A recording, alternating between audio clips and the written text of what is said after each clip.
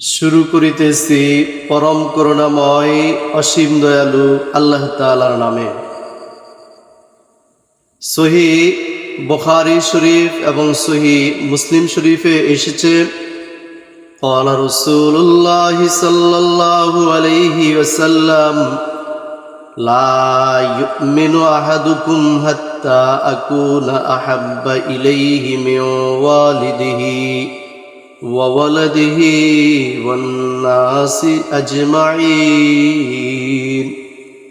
রাসূলুল্লাহ সাল্লাল্লাহু আলাইহি সাল্লাম ইরশাদ করেছেন, তোমাদের কেউ পরিপূর্ণ মুমিন হতে পারবে না যতক্ষণ না আমি তার নিকট তার পিতামাতা, সন্তান সন্ততি এবং সকল মানুষের চেয়ে অধিক মহাব্বতের না হব।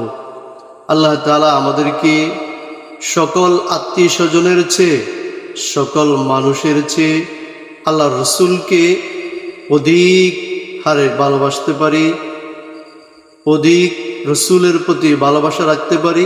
আল্লাহ তাআলা আমাদেরকে সেই তৌফিক দান করুন, আমিন।